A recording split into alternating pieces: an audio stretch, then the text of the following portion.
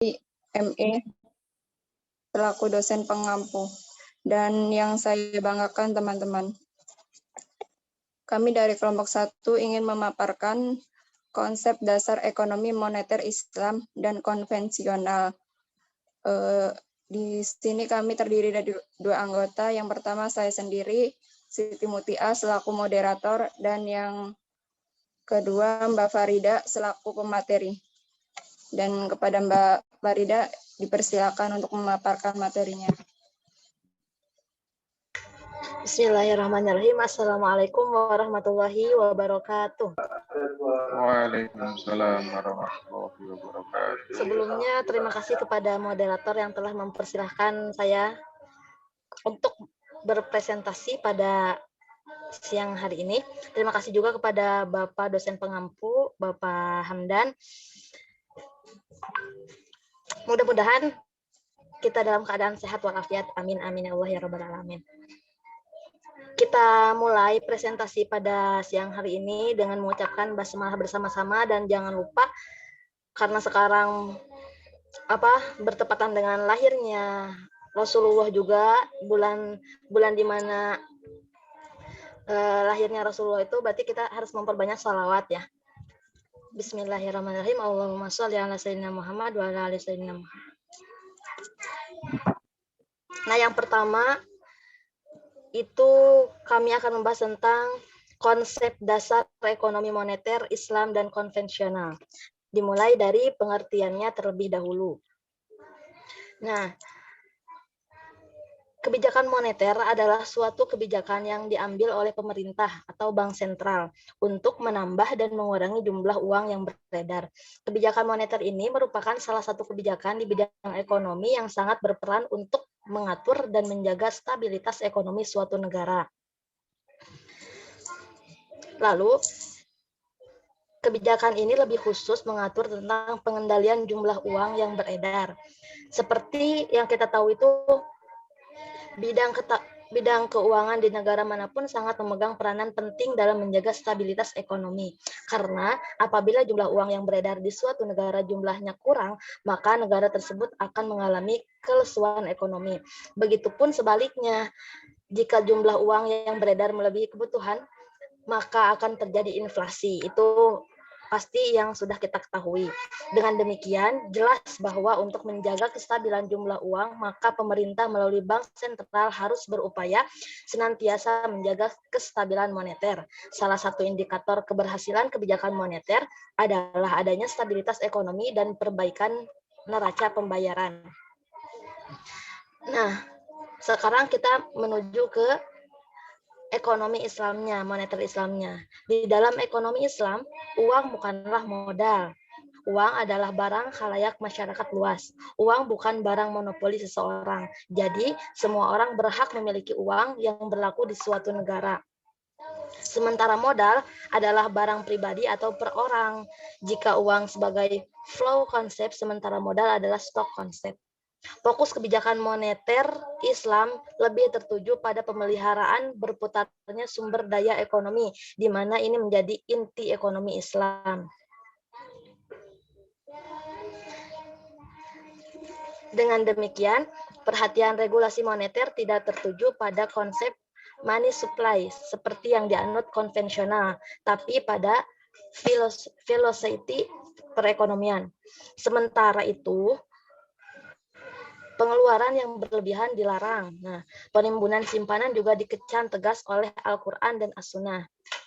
Sumber-sumber daya yang telah disediakan Allah harus dipergunakan untuk kegunaannya. Nah, atau diperuntukkan bagi orang lain sehingga memenuhi tujuan dasar bagi penciptanya. Lalu, ini tuh adalah suatu usaha dalam mengendalikan keadaan ekonomi makro agar dapat berjalan sesuai dengan yang diinginkannya. Kemudian, stabilitas nilai uang mencerminkan stabilitas harga yang pada akhirnya akan mempengaruhi realisasi. Namun, secara prinsipnya, antara ekonomi moneter Islam dan berbeda dengan kebijakan moneter konvensional tentunya.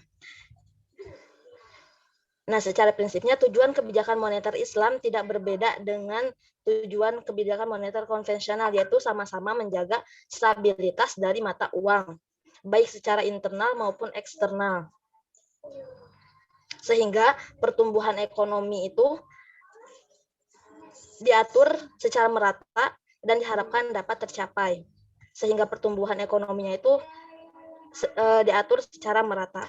Nah, stabilitas dalam nilai uang yang tidak terlepas dari tujuan kebutuhan dan keterbukaan dalam berhubungan dengan manusia. Nah, jadi dari konsep kemerataannya itu ini sesuai dengan Quran surat Al-An'am ayat 152.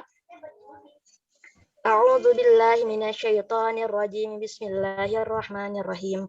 Wala taqrabu malal yatimi illa billati hiya ahsanu hatta yablugha syuddah wa awful kaila wal mizana bil qisti la nukallifu nafsan illa wus'aha wa idza kuntum fadilu walau kana dha qurba wa bi ahdillahi awfu dzalikum wasaqum bihi la'allakum tadhakkarun. Yang perlu kita garis bawahinya itu dari ayat wa auful kaila wal mizana bil qist, yang artinya dan sempurnakanlah takaran dan timbangan dengan adil. Nah, ini berarti sesuai dengan kebijakan moneter Islam dan konvensional itu harus pertumbuhan ekonominya itu diatur secara merata yang diharapkan dapat tercapai. Nah, di dalam Islam sendiri, perhatian regulasi moneter tidak tertuju pada konsep money supply seperti yang dianut oleh kebijakan konvensional, tapi pada filosofi perekonomian. Money supply sendiri adalah jumlah uang yang beredar dalam suatu wilayah tertentu atau total persediaan uang yang beredar luas di masyarakat. Jumlah uang yang beredar dapat mencakup uang tunai, koin, dan saldo yang disimpan dalam rekening giro dan tabungan. Nah, tapi kita itu tetapi pada seperti yang dianut oleh kebijakan konvensional, tapi pada filosofi perekonomian. Apa itu yang dimaksud filosofi perekonomian? Itu perputaran uang ya. Berarti ukuran tingkat pertukaran uang dalam suatu perekonomian. Nah, istilah ini mengacu pada berapa kali uang berpindah berdasarkan rumus tersebut. Secara sederhananya, istilah perputaran uang ini adalah tingkat di mana konsumen dan bisnis dalam suatu perekonomian secara kolektif membelanjakan uangnya. Lalu lanjut ke konsep dasar ekonomi moneter Islam dan konvensional. Nah, di dalam ekonomi modern atau konvensional terdapat dua kebijakan perekonomian yang dijadikan instrumen oleh pemerintah dalam menstabilkan perekonomian suatu negara. Yang pertama adalah kebijakan fiskal, yaitu kebijakan yang diambil pemerintah untuk membelanjakan pendapatannya dalam merealisasikan tujuan-tujuan ekonomi. Yang kedua adalah kebijakan moneter, yaitu langkah pemerintah untuk mengatur penawaran dan tingkat bunga. Ada dua jenis sistem moneter, yaitu sistem moneter konvensional dan sistem moneter Islam. Keduanya mempunyai tujuan yang sama, yaitu menjaga stabilitas sehingga pertumbuhan ekonomi yang merata diharapkan dapat tercapai. Hanya saja dalam ekonomi moneter Islam terjadi penghapusan bunga dan penerapan LPS. Apa itu LPS? Itu lembaga penjamin simpanan. Dalam tulisan ini. Nah, dalam pandangan ekonomi konvensional, maka tujuan memegang uang terdiri dari 3 keinginan. Pertama, yaitu tujuan transaksi dalam rangka membayar pembelian-pembelian yang akan mereka lakukan. Kedua, tujuan berjaga-jaga sebagai alat untuk menghadapi kesusahan yang mungkin timbul di masa yang akan datang. Ketiga, tujuan spekulasi di mana pelaku ekonomi dengan cermat mengamati tingkat bunga yang berlaku saat itu. Jika menguntungkan, bisa dibandingkan investasi, maka masyarakat cenderung mendepositokan uangnya dengan harapan mendapat imbalan bunga. Lalu selanjutnya itu dalam ekonomi moneter konvensional, maka tidak bisa dipisahkan dengan kebijakan moneter. Bentuk kebijakan moneter ini terdiri dari kebijakan moneter kualitatif dan kebijakan moneter kualitatif. Kebijakan moneter kuantitatif merupakan suatu kebijakan umum yang bertujuan untuk mempengaruhi jumlah penawaran uang dan tingkat bunga dalam perekonomian. Biasanya itu terdiri dari operasi pasar terbuka, mengubah tingkat bunga dan tingkat cadangan minimum. Sedangkan kebijakan moneter kualitatif dapat berupa pengawasan pinjaman secara kolektif, pembujukan moral, dan pengambilan asumsi. Lalu hubungannya pandangan ekonomi moneter Islamnya sendiri itu tidak mengutamakan suku bunga. Ya, bahkan sejak zaman Rasulullah pun saja dan Khulafaur Rasyidin kebijakan moneter dilaksanakan tanpa menggunakan instrumen bunga sama sekali. Sedangkan dalam pandangan kebijakan moneter konvensional, bunga ini menjadi hal yang sangat dominan. Bias dilihat dari fungsi uang dalam kebijakan ekonomi moneter, salah satunya adalah tujuan spekulasi. Maka tujuan memegang uang dalam pandangan ekonomi moneter Islam terdiri dari dua keinginan, yaitu tujuan transaksi dan tujuan berjaga-jaga. Nah, untuk selanjutnya bisa dilanjutkan dan diserahkan kepada moderator. Terima kasih.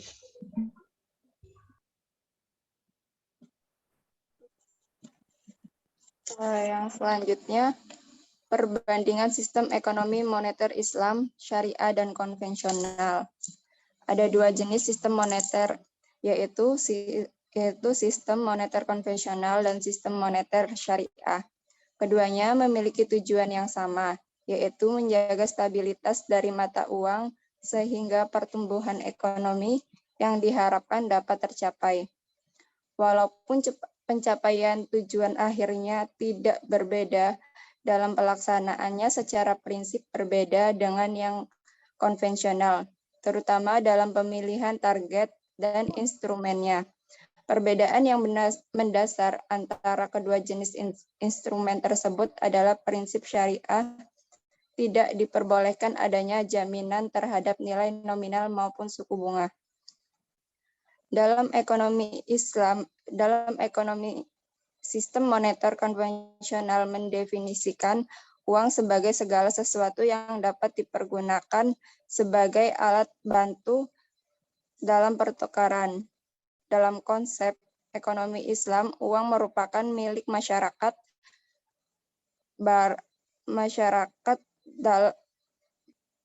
Barang siapa yang menimbun uang dan dibiarkan tidak produktif berarti dia mengurangi jumlah beredar yang mengakibatkan tidak jalannya perekonomian. Di samping itu, jumlah uang disimpan yang tidak dimanfaatkan di sektor produktif akan semakin berkurang karena adanya kewajiban zakat bagi umat Islam. Islam sangat menganjurkan bisnis atau berdagang, investasi di sektor real.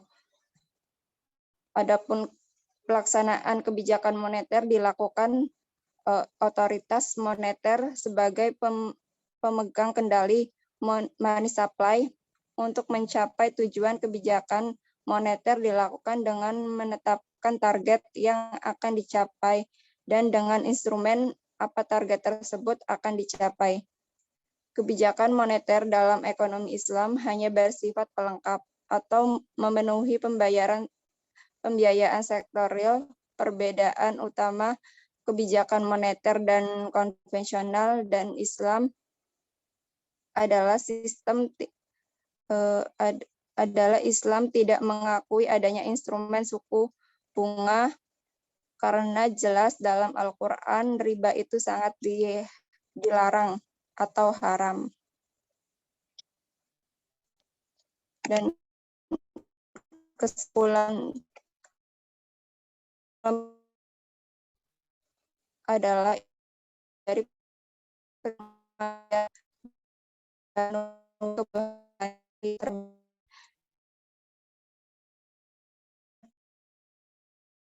terbatas utama adalah kelangkaan dan pemilihan. Ekonomi Islam adalah ilmu ekonomi yang mempelajari segala perilaku manusia dalam memenuhi kebutuhan hidupnya dengan tujuan memperoleh falah, kedamaian, dan kesejahteraan dunia dan akhirat. Adanya uang jual beli menjadi adanya uang jual beli menjadi lebih mudah. Uang berfungsi sebagai alat tukar. Dalam perkembangan selanjutnya, uang tidak hanya sebagai alat tukar, tapi uang juga berfungsi sebagai komoditi. Berubahnya uang sebagai komoditi mengakibatkan banyaknya permasalahan yang dialami oleh banyak negara di dunia, khususnya negara yang tergolong masih terbelakang. Konsep ekonomi Islam fungsi uang tetap sebagai alat tukar.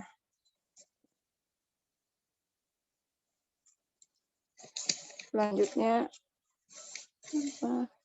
apakah ada yang ditanyakan?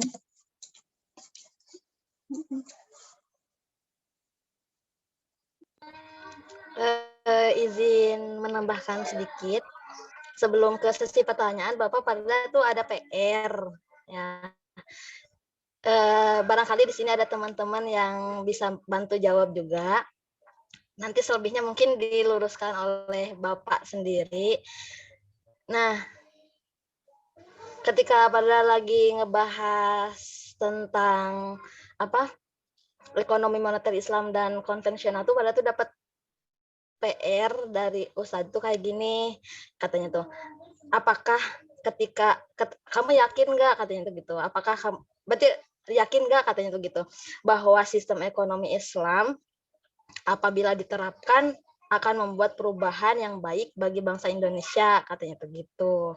Nah, barangkali di sini akan ada teman-teman yang bisa bantu jawab, dipersilahkan. Jadi, apakah teman-teman yakin ketika sistem ekonomi Islam diterapkan akan membuat perubahan yang baik bagi bangsa Indonesia gitu. Terima kasih sebelumnya.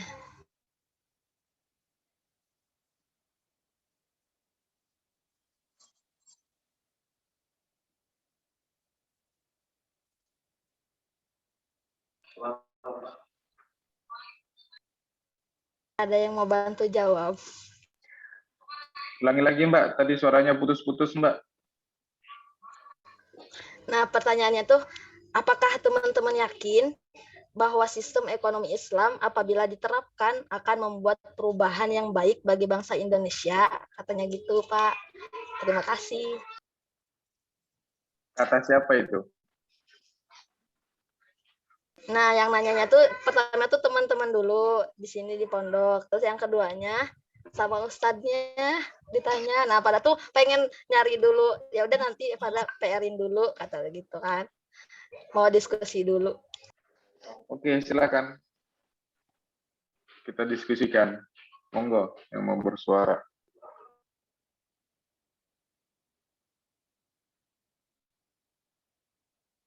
Pendapat teman-teman nih masalah ini ketika misalkan sistem ekonomi Islam diterapkan. Itunya ditutup aja itu. Share screen-nya ditutup aja.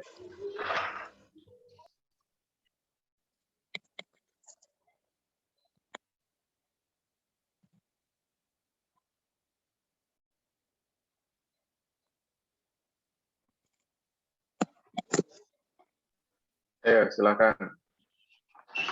Suara. Dari pertanyaannya dari Mbak Farida silahkan, atau dari apa yang dipresentasikan, kalau ada pertanyaan silahkan yang mempertanyakan ke materi. Ya, silakan.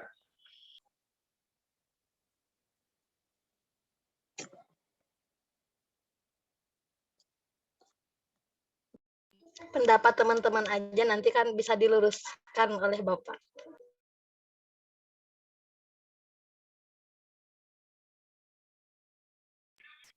Nah, iya, makanya kalian dulu silakan diskusikan. Nanti saya itu apa namanya mengerucutkan. Nah, silakan.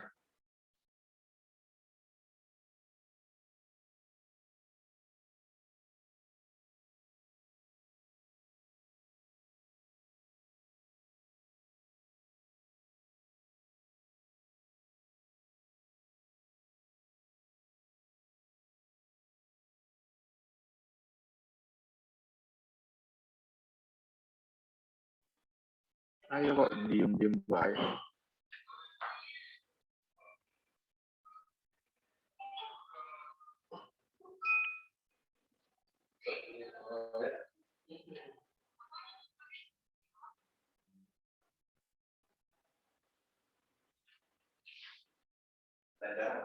Ayo, ayo.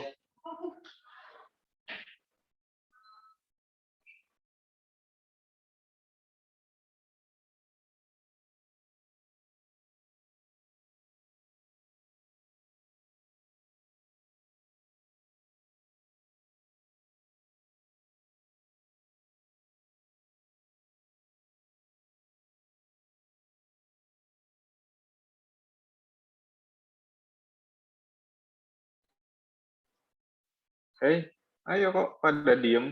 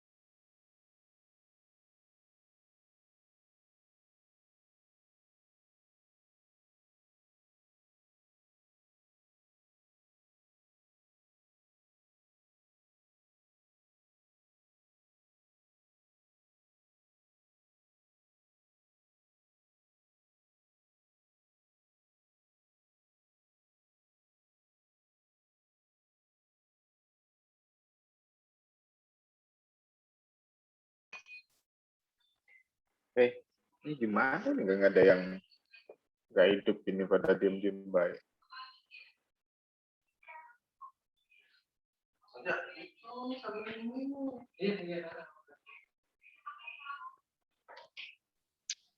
Saya izin pendapat Farida.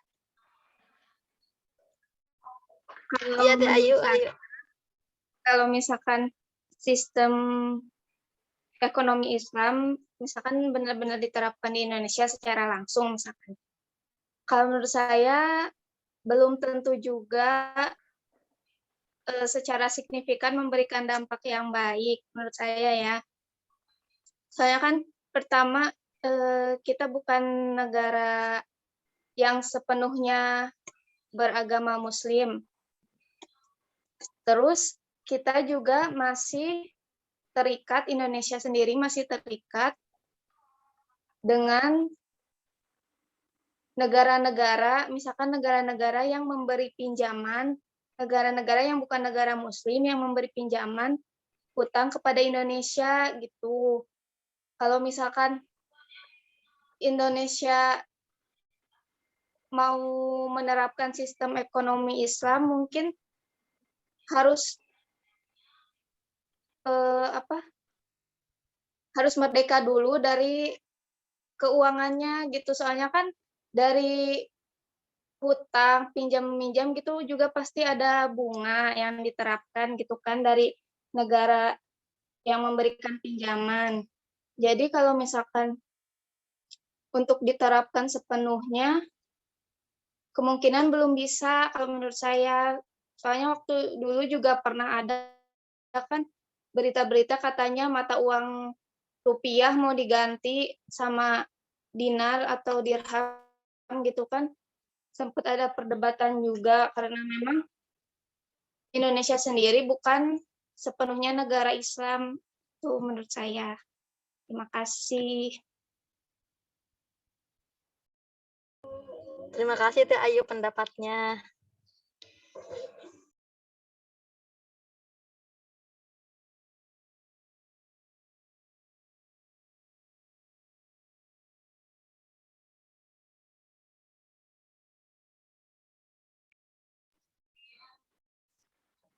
Yang lain silahkan.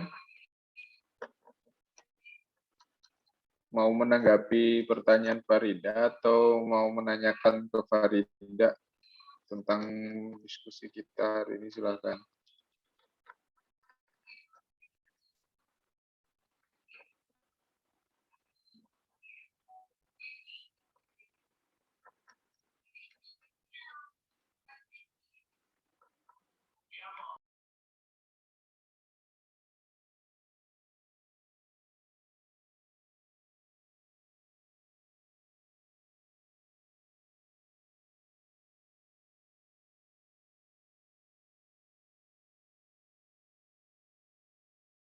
Kalau tadi pendapat dari Teh Ayu apa belum tentu juga katanya ya, ketika misalkan diterapkan sistem ekonomi Islam itu akan membuat perubahan yang baik bagi bangsa Indonesia. Dilihat dari kalau menurut Ayu tadi Indonesia sendiri belum merdeka dari keuangannya gitu. Terus ada lagi gak pendapat dari teman-teman yang lainnya? Pada tidur semuanya ini mah. Tidur, nggak usah kuliah.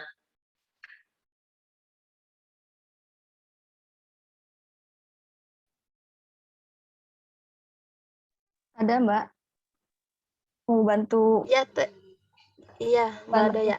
jawab ya. Kalau menurut saya yang tadi disampaikan sama Mbak yang pertanyaan, apakah sistem ekonomi Islam itu akan membawa perubahan besar gitu ya bagi negeri Indonesia kalau diterapkan di Indonesia seperti itu kan ya? Iya, Mbak ada ya.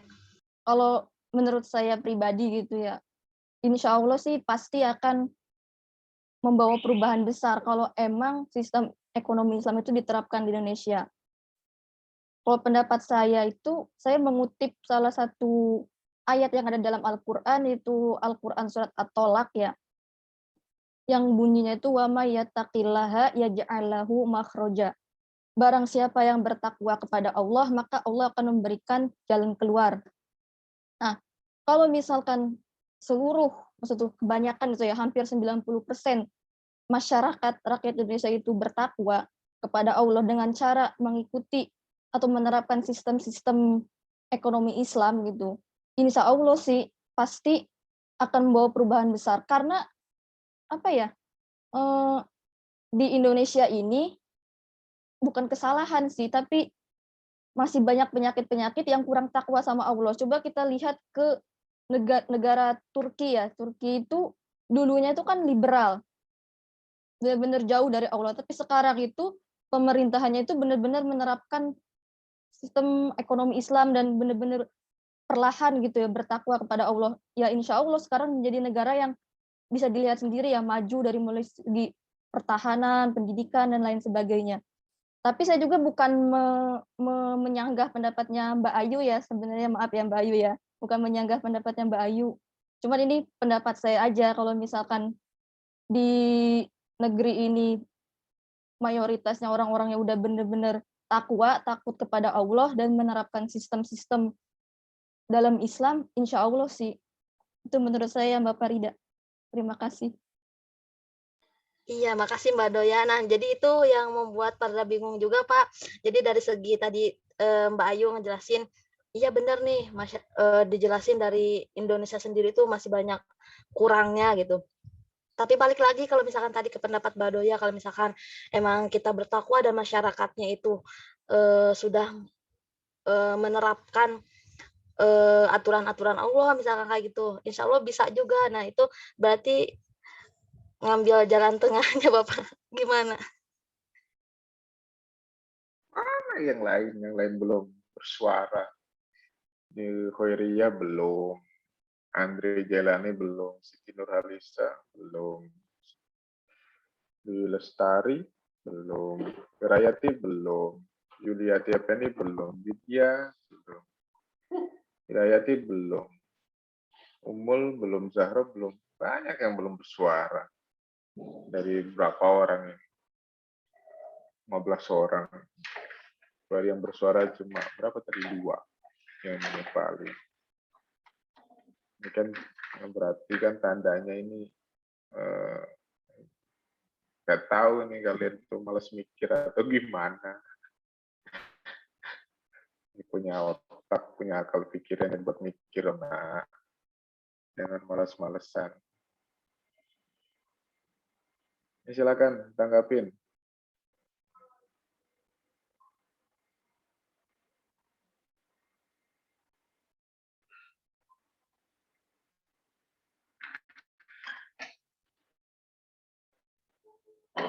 Teh Jarwo barangkali.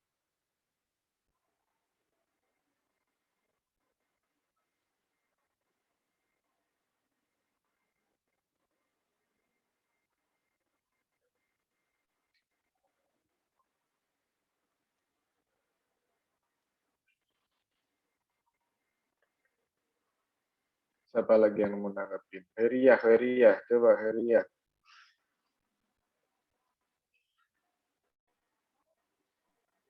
Assalamualaikum warahmatullahi wabarakatuh. Waalaikumsalam warahmatullahi Waalaikumsalam. wabarakatuh. Tadi kan pertanyaannya kalau misalkan sistem ekonomi Islam diterapin di Indonesia itu bagaimana ya? Kalau nggak salah ya, Iya. Mbak. Gimana sih Mbak Farida? Iya, ketika misalkan sistem ekonomi Islam tuh diterapkan di Indonesia tuh akan membawa perubahan yang baik bagi bangsa Indonesia. Itu tadi ada dua pendapat kan tadi Mbak Ayu sama Mbak Doya. Kalau ini kan saya berpendapat sendiri nih ya. Kalau misalkan ekonomi Islam diterapin di Indonesia itu pasti ada perubahan ya. Walaupun nggak seluruhnya itu berubah gitu. Tapi pasti ada perubahan walaupun sedikit ya. Di Indonesia kan kebanyakan kan kalau misal konvensional gitu kan kita ngambilnya tuh kan suku bunga ya. Nah, kalau misal di dalam Islam kan suku bunga itu kan nggak boleh, sama aja bahkan diharamkan. Nah, tapi maraknya tapi di Indonesia tuh udah nggak asing lagi itu dengan dengan riba gitu ya. Soalnya kan banyak tuh kayak bank-bank, kalau di desa saya gitu, pedesaan gitu ya, ada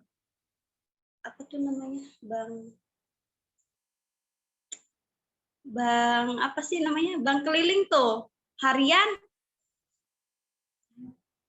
Nah, itu kan sistemnya kan menurut saya mah itu sistem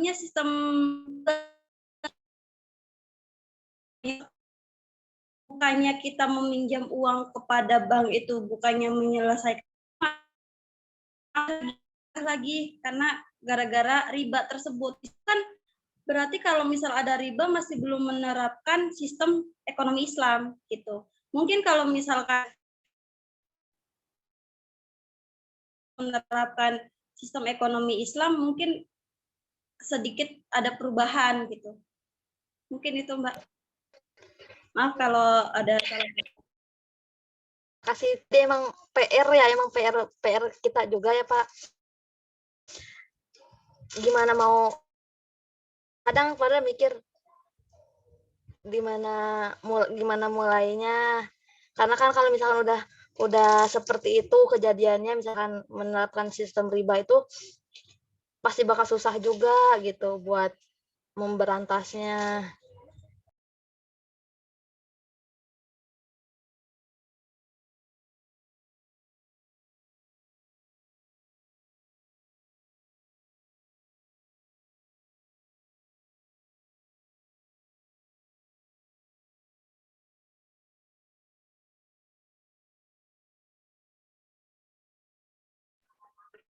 Silahkan. Coba kita dengarkan Mas Andri Jailani. Silakan berpendapat, Mas. Yang lain bersiap. Kalau pendapat saya sih Pak, lebih ini tadi yang menurut Mbak Doya sama Pak Wir itu. Pastikan kalau benar menurut Islam, insya Allah pasti ada kebaikannya. Nah, kita ambil contoh dari yang bank tadi kan. Nah, apabila ada kebijakan moneter yang menetapkan misal bunga bank itu menjadi 0%. Nah, orang-orang kaya otomatis kan nggak akan nyimpan uangnya di bank. Mereka akan lebih menyerahkannya kepada investasi untuk membuka lowongan pekerjaan atau membuat fasilitas-fasilitas untuk membantu perekonomian. Nah, dari situ kan Islam juga kan melarang bunga, orang kaya terus tidak nyimpan di bank, otomatis investasi makin banyak, lowongan pekerjaan banyak karena orang-orang banyak berinvestasi. Jadi perekonomian juga akan maju. Mungkin itu salah satu dari contohnya. Mungkin banyak kebijakan lain juga yang pasti akan membawa dampak baiknya. Mungkin itu doang yang bisa saya sampaikan. Oke, terima kasih Mas Andri. Ada yang lain? Silahkan. Masa harus ditunjuk satu-satu baru bersuara?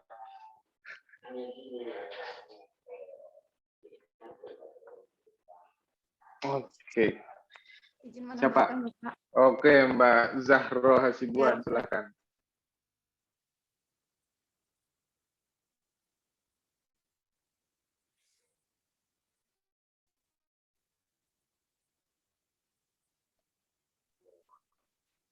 Mbak Zahro, silakan Mbak Zahro.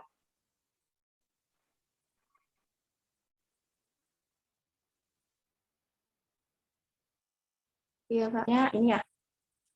Apakah sistem ekonomi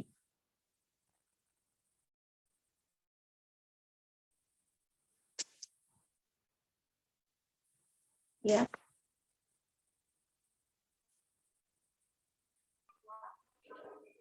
mohon maaf ya Farida.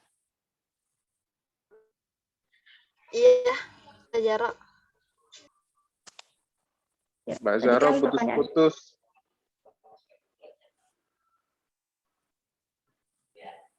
apakah sistem ekonomi Indonesia jika diterapkan di Indonesia akan membawa perubahan yang baik bagi bangsa Indonesia? Kalau menurut saya pribadi, Bapak, saya setuju dengan pendapatnya Mbak Doya tadi. Bahwasanya kalau emang kita benar-benar ya menerapkan sistem ekonomi Islam di Indonesia, pasti perubahannya sangat luar biasa untuk bangsa Indonesia.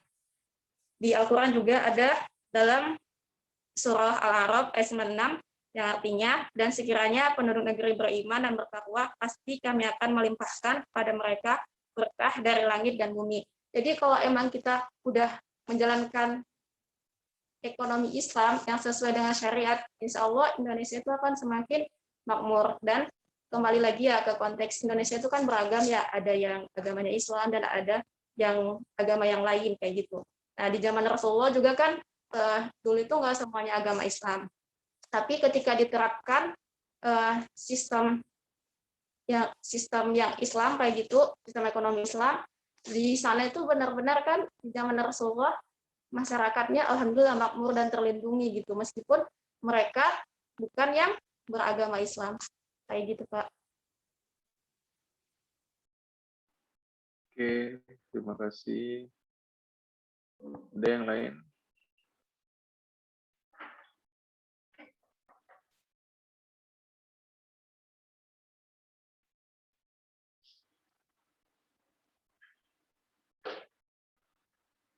Silahkan.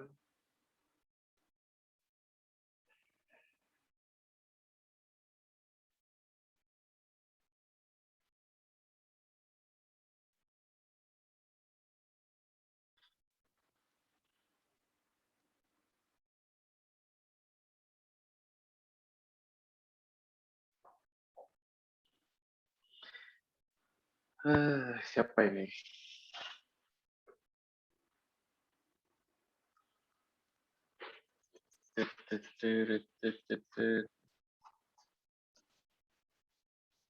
Coba Mbak Siti Nurhalisa. Silakan Mbak Siti Nurhalisa bersuara Anda.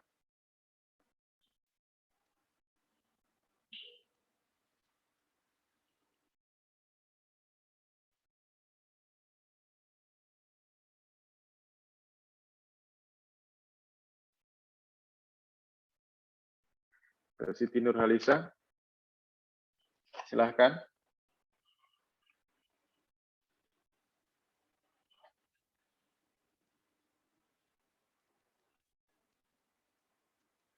Siti Nurhalisa.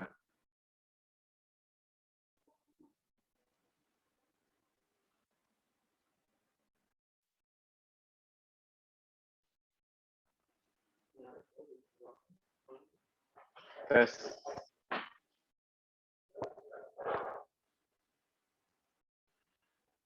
Mbak Siti Nurhalisa.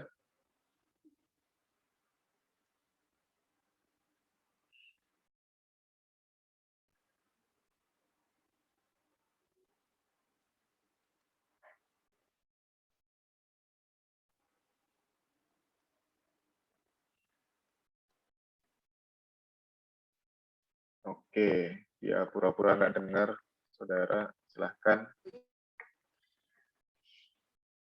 Mbak Dwi Lestari.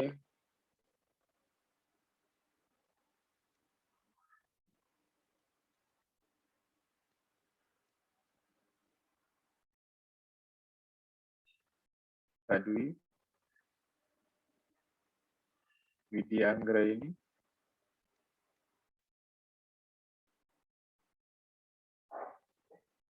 Mbak Dwi Lestari. Widya Anggra ini.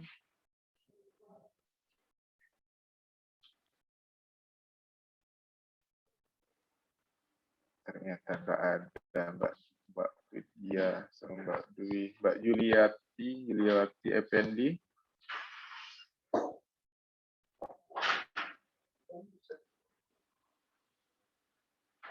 Iya, tidak ada orangnya.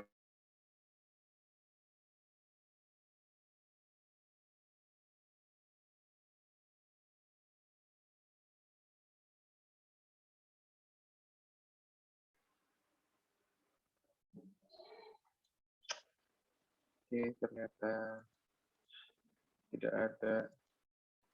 Silakan Mas Kevin Fazri. Nah, silakan berpendapat Anda. Menurut opini saya sih, kalau sistem ekonomi Islam diterapin di Indonesia mungkin bisa banyak keuntungannya, terutama yang pertama kalau ekonomi Islam kan udah pasti tanpa riba.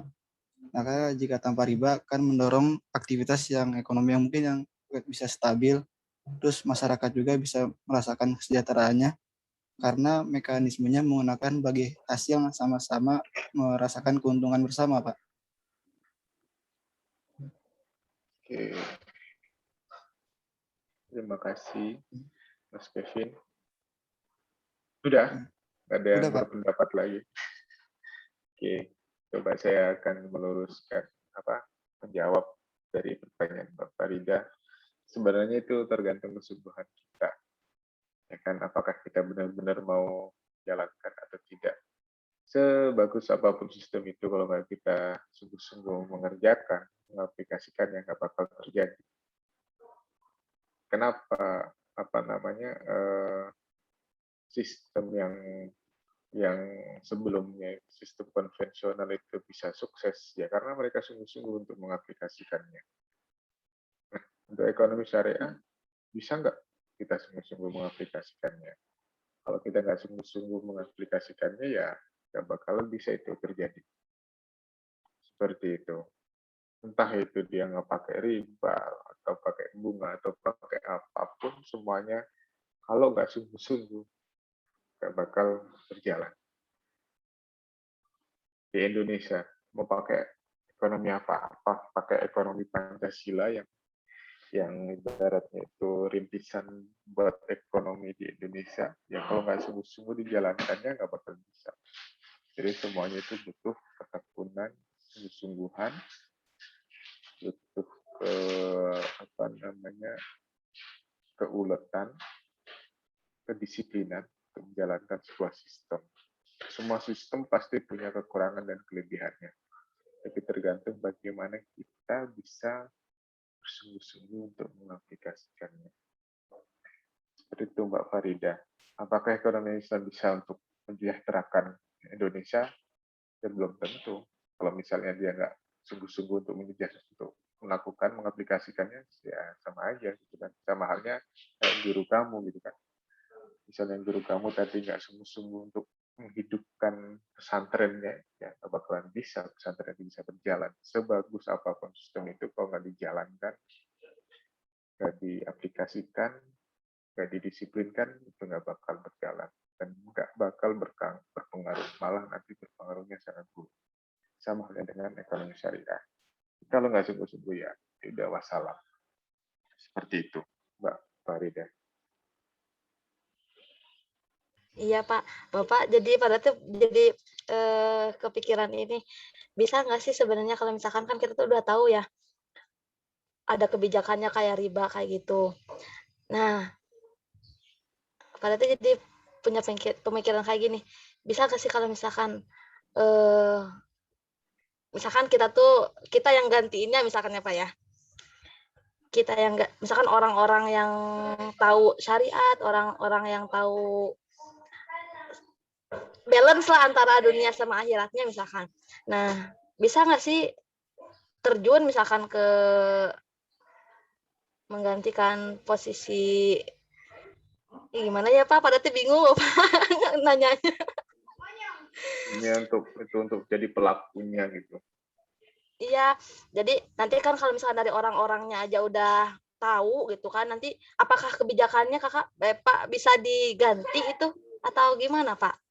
Apa tetap misalkan bahwa riba itu kayak gini itu Pak? Ya, semuanya itu pasti bisa kalau orang itu mau belajar, mau mendisiplinkan. Jangan gitu. Mungkin saya nggak tahu udah pernah belum cerita sama kalian yang dia menjadi direksi bank apa ya, bank Citibank kalau nggak salah. Itu kan dia kan mantan OB dulu di bank tersebut. Nah dia bisa jadi direktur Citibank, bank luar negeri itu kan. Sama halnya yang tadi ditanyakan sama Mbak Farida. Kalau orang itu benar-benar disiplin, benar-benar mau belajar, semuanya halnya itu pasti bisa. Itu. Entah itu nanti dia mengamalkan, misalnya dia mengaplikasikan ekonomi syariah berbasis bunga mungkin. Kalau misalnya dia belajar dan mau bikin formulanya, ya bisa menjalankan dengan sistem yang baru gitu kan, syariah berbasis bunga dan sebagainya kan seperti itu. Jadi lagi-lagi tergantung orang apakah benar mau bersungguh-sungguh atau tidaknya. Salah satu tadi OB bisa menjadi direktur bank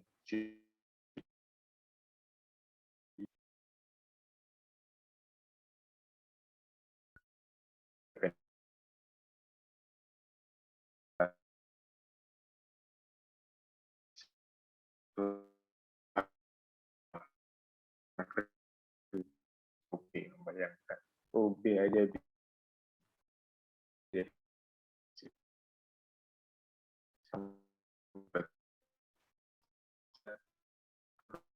tapi kan dia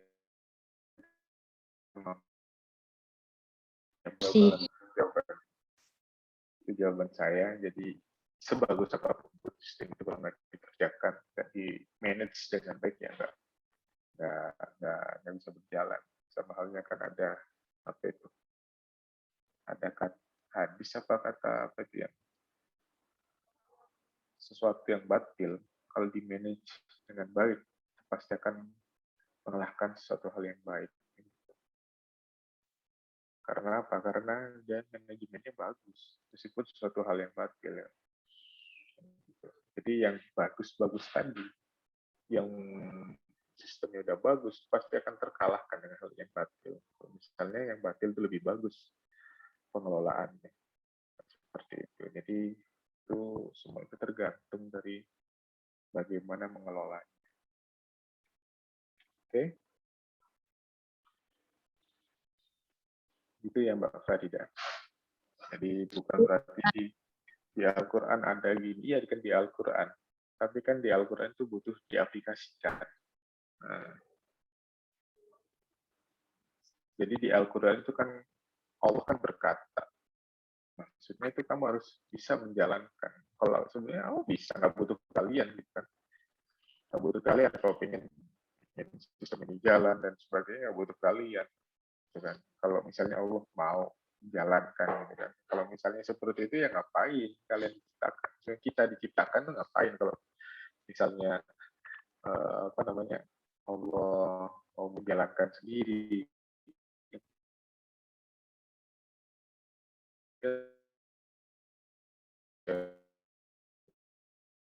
Kan Allah kan berkata termasuk menjalankannya, mengaplikasikannya, memaksimalkannya, karena itu sebagai ladang ibadah.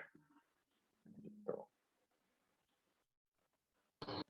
Jadi jangan serta-merta dalam Al-Quran seperti ini, ya insya Allah, semuanya pasti insya Allah. Kita kata seperti itu. Ya terwujud dengan kemampuannya gitu. Makanya kan ada kayak kata mutiara itu kan sebesar keinsafanmu, sebesar itu pula keuntunganmu. Jadi sesuai dengan kerajinan kita, apa yang kita dapat, gitu kan, apa yang kita petik ya sesuai dengan apa yang kita tanam. Seperti itu. Gitu, Mbak Farida. Lihat Pak, makasih. Berarti Bapak balik lagi ke atasannya gitu ya Pak, ke kayak presiden, ke sananya untuk menentukan kebijakannya itu.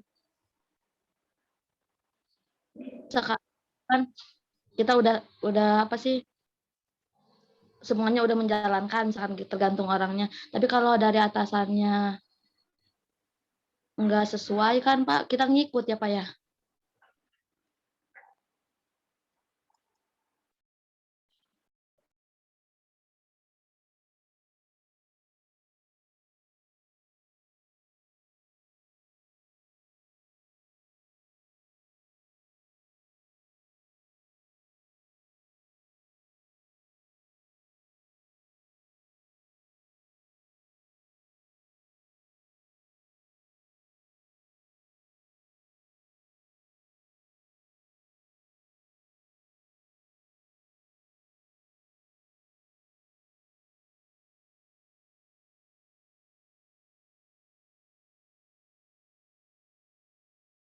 Bapaknya keluar ya Teh.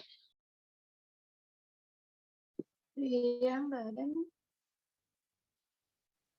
Sampai jam berapa sekarang Teh? 11.20.